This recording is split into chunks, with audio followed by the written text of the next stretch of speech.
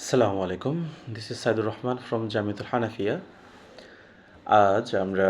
আলিমের scene comprehension number 21 নিয়ে আলোচনা করব। এটা হচ্ছে বইয়ের 134 পৃষ্ঠায়। ওকে, আমরা কথা না বাড়িয়ে শব্দ শব্দ অর্থে চলে যাব। According to some myths and legends. আচ্ছা, এখানে মিথ কথাটার মানে হচ্ছে পুরাতন কিছু কাহিনী, কল্পকাহিনী, সেটাকে বলে এক হচ্ছে মিথ। অ্যান্ড লিজেন্ডস মানে হচ্ছে লেজেন্ডারি কিছু ক্যারেক্টার। লিজেন্ড বলতে কিংবদন্তিদের বোঝানো হয়, যারা মূলত হচ্ছে যাদের কোনো একটা কন্ট্রিবিউশন ছিল বা যাদেরকে সবাই মনে রাখছে। আমি গত ভিডিওতে এটা বলেছিলাম।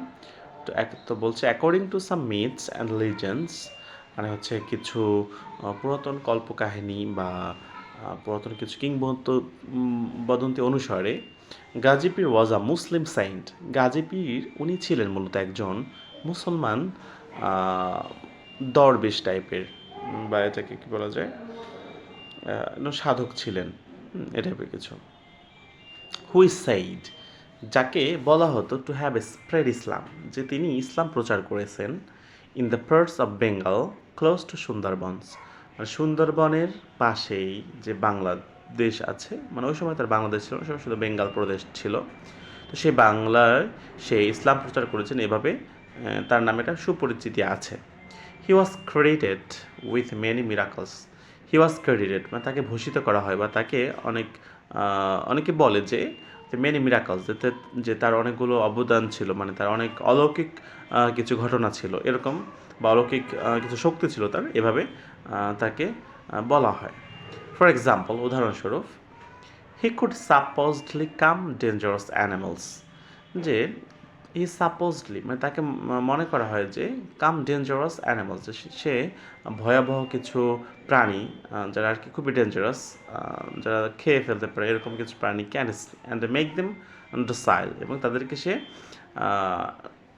মানে কাম করতে পারতো, ঠান্ডা করতে পারতো, এবং তাদেরকে বশ করতে পারতো, মেক দেম ডোসাইল, বশ করতে পারতো। He is usually depicted in parts or scroll paintings, তাকে সাধারণত অঙ্কন করা হয়েছে ইন পার্টস। পার্টস মানে হচ্ছে পট এক টাইপের ইয়ে আছে ওই সময়কার, তো ওখানে চিত্র অঙ্কন করা হতো। আর স্ক্রল পেন্টিং মানে হচ্ছে পুঁথি। পুঁথি হচ্ছে একটা জিনিস যেখানে গল্পের মতো করে কোনো ঘটনা বর্ণনা করা হয়, পুঁথি পড়া হয়, মানে হচ্ছে এটা বই টাইপের কিছু একটা বিষয় আর কি। সেখানে তাকে অঙ্কন করা হয়েছে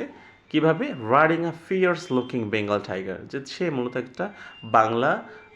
যে আমাদের রয়্যাল বেঙ্গল টাইগার, সেরকম একটা বাঘের পিঠে সে রাইড করছে, মানে বাঘের পিঠে চড়ে সে আর কি কোথাও যাচ্ছে। And snake in his hand, এবং একটা সাপ তার হাতে, বাট নো অ্যাপারেন্ট ডেঞ্জার, এবং তারা কেউই তাকে ক্ষতি করছে না, তার কোনো ক্ষতি হচ্ছে না। তো এরকম অবস্থা তার গল্প মূলত পুঁথিতে বা এই পাটে বা পট যেটা বলি, এখানে তার চিত্র অঙ্কন করা হয়েছে এভাবে, মানে সে আসলে এভাবে সব কিছু বশ করতে পারত। ওকে, এরপর বলা হচ্ছে অ্যাকর্ডিং টু সাম স্টোরিজ, কিছু গল্প অনুসারে, মানে তার নামে অনেক গল্প প্রচলিত আছে গাজী পীরের নামে, তো সেরকম কিছু গল্প এখানে, একটা বা দুটো গল্প এখানে দেওয়া আছে, দেখো। তো বলছে অ্যাকর্ডিং টু সাম স্টোরিজ, কিছু গল্প অনুসারে, হি অলসো ফট ক্রোকোডাইলস, সে ক্রোকোডাইল মানে হচ্ছে কুমিরের সাথে সে যুদ্ধ করেছে। হু থ্রেটেন দ্য পিপল, যেই কুমির মানুষদেরকে ভয় দেখাতো, of the region of full of canals and creeks, মানে খাল বিলে ভরা একটা এলাকা, সেই এলাকায় কুমিরে খুব মানুষদের ভয় দেখাতো, তো সেই কুমিরের সাথে সে যুদ্ধ করেছে। Indeed a kind of watery jungle bordering the বে অফ বেঙ্গল, এবং সেই এলাকাটা কোথায়, সেটা ছিল মূলত এক ধরনের পানিময় বা নদীতে ভরপুর সেরকম কোনো একটা জঙ্গল, বর্ডারিং দ্য বে অফ বেঙ্গল, সেটা ছিল মূলত যে বঙ্গোপসাগরের তীর ঘেঁষেই পারে মূলত। এই লাইনটার মানে অর্থটা এরকম, সে মূলত যে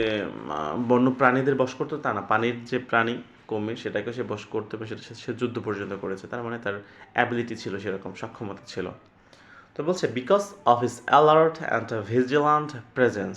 মানে তার এই সতর্কতামূলক উপস্থিতির কারণে উপস্থিত বুদ্ধির কারণে অল প্রিডেটরি অ্যানিমালস সকল ইম, মানে যে হিংস্র প্রাণী যারা were said to have been kept within bounds সে সকলেই প্রাণীদেরকেই তার আয়ত্তের ভিতরে রাখতে পারতো মানে সবাইকে সে বশ করে ফেলতে পারতো ইট ওয়াজ অলসো বিলিভড দ্যাট এটা আরও বিশ্বাস করা হতো যে হি এনেবলড ভিলেজার্স সে গ্রামের মানুষদেরকে উৎসাহিত করেছিল সক্ষম করেছিল to live close to forest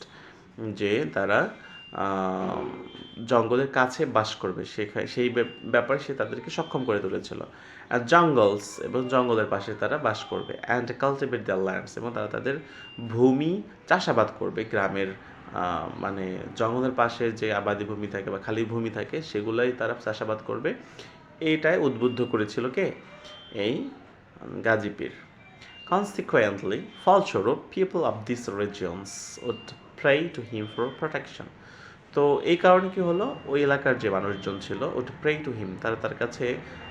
pray করতো মানে চাইতো ফর প্রোটেকশন নিরাপত্তা তার কাছে তারা নিরাপত্তা চাইতো এরপরে বলা হচ্ছে দ্য স্টোরি অফ গাজীপীর গাজীপীরের এই